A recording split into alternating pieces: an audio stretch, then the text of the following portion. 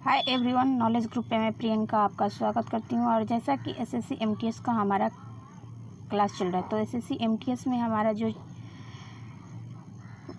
Part of speech चल रहा है, तो पार्ट ऑफ स्पीच में हमने noun, pronoun, verb, adjective class कल करा चुकी हूँ। और इसके बाद जो 5th नंबर चल रहा है, एडवर्ब का हमारा क्लास चल रहा है। ठीक है, तो क्लास स्टार्ट करने से पहले सबसे पहले हम सिनोनियस और उस सिनोनियस के कुछ वर्ड, उसके बाद में एंटोनिम्स के कुछ वर्ड पर डे के हिसाब से डिस्कशन करती हूँ। ठीक है, और डेली क्लास स्टार्ट करने से पहले मैं डिस्कशन करती हूँ सिनोनियस के 2 वर्ड एंड 4 वर्ड जो है एंटोनियम्स का होता है। ठीक है, तो सबसे पहले हम बात कर लेंगे सिनोनियस यानी पर्यायवाची शब्द। ठीक है, आप लोग को पता ही होगा।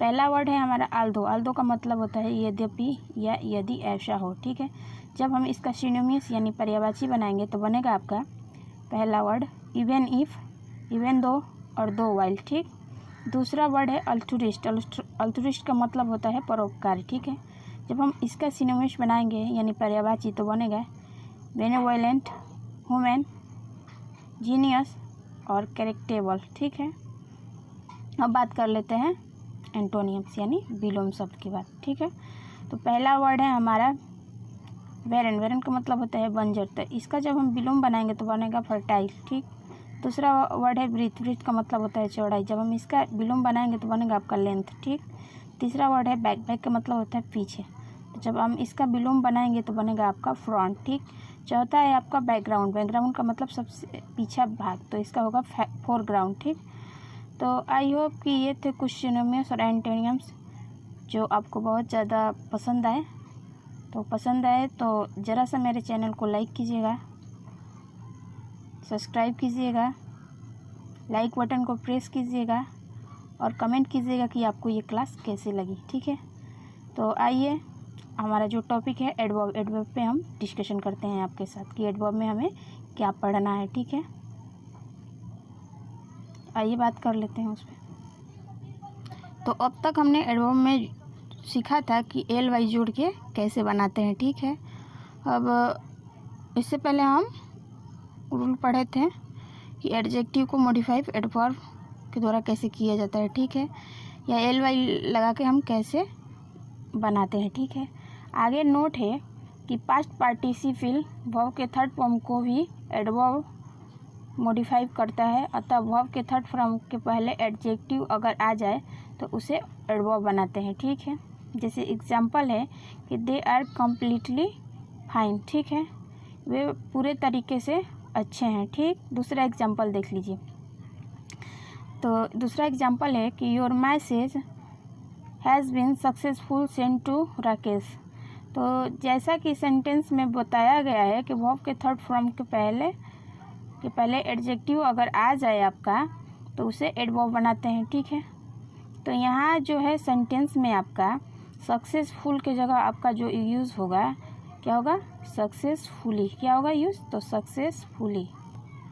तो हमारा करेक्ट जो बनेगा सेंटेंस तो बनेगा योर मैसेज, तुम्हारा संदेश, has been successfully send to Rakesh, Rakesh के पास सक्सेसफुली यानी पहुंच चुका है। ठीक है, तीसरा एग्जांपल देखिए, that poet was honestly learn by Raju. ठीक, चौथा एग्जांपल देख लीजिए, ये एरर से रिलेटेड है, जैसा कि आपका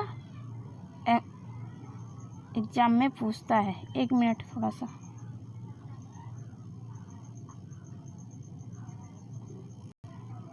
तो आप हमें तीसरे में बताइए कि कहाँ पे तीसरे सेंटेंस में आपका एडवर्ब का यूज़ हुआ है और वर्ब के थर्ड फॉर्म का यूज़ हुआ है, जैसा कि आपका रूल में बताया गया है उसके अकॉर्डिंग। तो हॉनेस्टली जो है आपका क्या है, हॉनेस्टली एल वाई जोड़ के तो हम एडवर्ब बनाते थे, तो इस बात से हमें साबित होता है कि हॉनेस्टली इसमें क्या हो जाएगा, एडवर्ब, और लर्न जो है वर्ब का थर्ड फॉर्म। तो हमारा हॉनेस्टली जो है एडवर्ब हो जाएगा और वर्ब का थर्ड फॉर्म लर्न हो जाएगा। ठीक है, लर्न। चौथा एग्जाम्पल देख लीजिए जो एरर से रिलेटेड है। ऐसा ही क्वेश्चन आपके एग्जाम्पल में एग्जाम में देखने को मिलेगा। ठीक है, तो क्वेश्चन है कि that work was good done by him, वह काम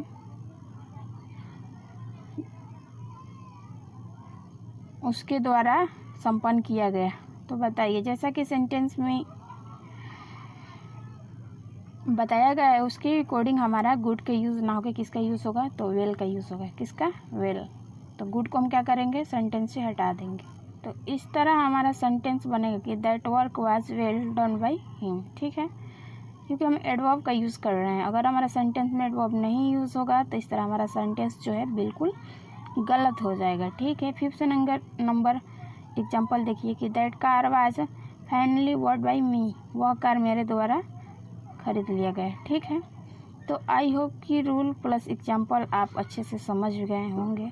ठीक है, आगे आइए बात कर लेते हैं। रूल और भी है इसमें कुछ, इसका डिस्कशन हम आपके साथ कर लेते हैं। आगे रूल है आपका कि एडवर्ब में आपका कि एडवर्ब ऑफ प्लेस कैसे यूज़ करते हैं। ठीक है, तो रूल है इसका कि एडवर्ब ऑफ प्लेस ये क्रिया के जगह का बोध कराता है, अर्थात काम कहाँ हो रहा है इसको बताता है। ठीक है, तो जैसे इसमें क्या यूज़ करते हैं, तो इसमें यूज़ करते हैं आपका अगर in, out, here, there, home, indoors, outdoors आए, ये एडवर्ब ऑफ प्लेस बताता है। ठीक है, जैसे मैं आपको कुछ वर्ड लिखूंगी और मैं आपसे पूछूंगी कि बताइए ये क्या है। ठीक है, तो आप हमें रिप्लाई दीजिएगा। ठीक है, जैसे हमने पहला वर्ड लिखा है इंडोर और आउटडोर। अब बताइए हमें कि ये क्या है, एडवर्ब है या एडजेक्टिव है, वर्ब है, नाउन है, प्रोनाउन है, क्या है। तो जो आपका इंडोर और आउटडोर है आपका क्या है, तो एडजेक्टिव है। ठीक है, तो ये एडजेक्टिव है और जैसा कि रूल में यूज किया गया है इंडोर्स और आउटडोर्स, तो ये हमारा क्या हो जाएगा, तो ये हमारा आपका हो जाएगा एडवर्ब। ठीक है,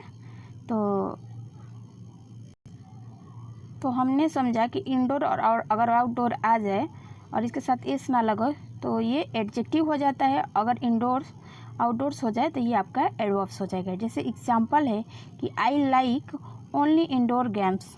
बताइए, हमारा सेंटेंस करेक्ट है। ठीक है, दूसरा एग्जांपल देखिए, it is raining so will stay indoor. ठीक, तो बताइए यहाँ पे हमारा सेंटेंस करेक्ट है कि इनकरेक्ट है। तो जैसे हमने रूल में पढ़ा है उसके अकॉर्डिंग आपका इंडोर की जगह आपका यूज़ हो जाएगा इंडोर्स। को क्या होगा, हमारा सेंटेंस इंडोर्स हो जाएगा। क्या होगा, इंडोर्स। तो इस तरह हमारा करेक्ट सेंटेंस जो बनेगा कि it is raining so we will stay indoors. ठीक, तीसरा एग्जाम्पल देखिए कि do you like indoors game. बताइए, तो यहाँ पे इंडोर्स के ना यूज़ होके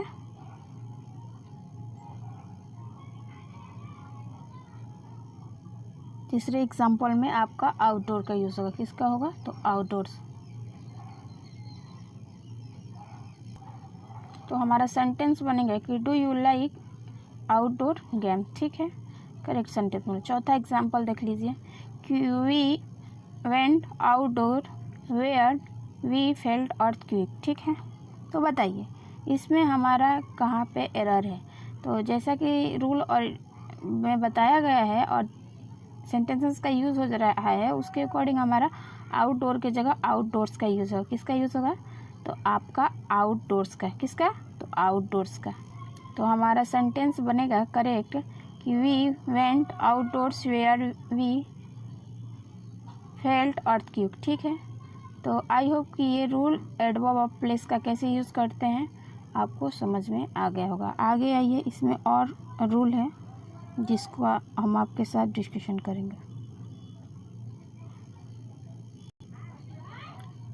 अब हम बात कर लेते हैं कि एडवर्ब ऑफ टाइम का एडवर्ब में क्या इसे यूज़ करते हैं। ठीक है, तो इसका रूल होता है कि एक क्रिया का समय का बोध कराता है, अर्थात काम कब हो रहा है इसका बोध कराता है। ठीक है, जैसे इसमें क्या यूज़ होता है आपका, तो इसमें सेंटेंस में यूज़ होता है today, tomorrow, yesterday, at 5 o'clock, before, last day and last night, etc।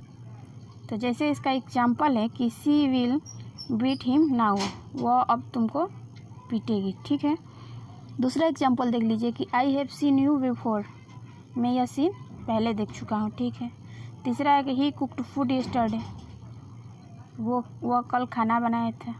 ठीक है, तो ये थे rule plus example. I hope कि आपको अच्छे से समझ में आ गया होगा। ठीक है, अब आगे बात कर लेते हैं तो हमने क्या सीखा, हमने सीखा एडवर्ब में कि एडवर्ब ऑफ प्लेस का कैसे यूज़ करते हैं और एडवर्ब ऑफ टाइम का यूज़ कैसे करते हैं। ठीक है, आगे आइए एडवर्ब में देख लेते हैं कि आगे और क्या रूल डिस्कशन करना है। ठीक है, तो आगे इसका एडवर्ब ऑफ टाइम से रिलेटेड नोट है जिसको हम जानेंगे कि कैसे उसमें वर्ड का प्रयोग करते हैं। ठीक है, तो आइए बात कर लेते हैं उसमें।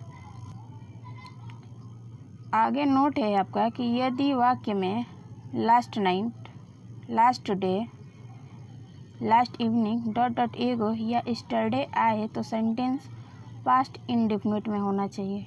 ठीक है, कोई बात नहीं। चलिए आइए एग्जाम्पल के अकॉर्डिंग समझ लेते हैं। तो एग्जाम्पल है कि he had gone to Delhi last Monday. ठीक है, तो जैसा कि हमारा नोट में बताया है उसके अकॉर्डिंग हमारा जो है हैड गॉन का यूज़ ना होकर किसका होगा, पास्ट इंडेफिनिट का कहा है कि पास्ट इंडेफिनिट में बनेगा हमारा सेंटेंस। तो इस सेंटेंस से हमारा हैड गॉन हट जाएगा। क्या होगा, तो हैड गॉन हमारा सेंटेंस से हट जाएगा। तो इस सेंटेंस से हमारा हैड गॉन हट जाएगा तो वेंट का यूज़ होगा। तो हमारा करेक्ट सेंटेंस जो बनेगा आपका कि he went to Delhi last Monday, वो लास्ट मंडे को दिल्ली जा चुका है। ठीक है, दूसरा एग्जांपल देखिए कि India had got freedom 70 years ago. ठीक है, तो इससे में से भी सेंटेंस में से हमारा हट जाएगा हैड हट जाएगा। तो हैड हमारा सेंटेंस में हट जाएगा क्योंकि हैड का यूज़ हम पास्ट परफेक्ट में या परफेक्ट कंटिन्यूस में यूज़ करते हैं, तो इसमें से हैड हमारा हट जाएगा।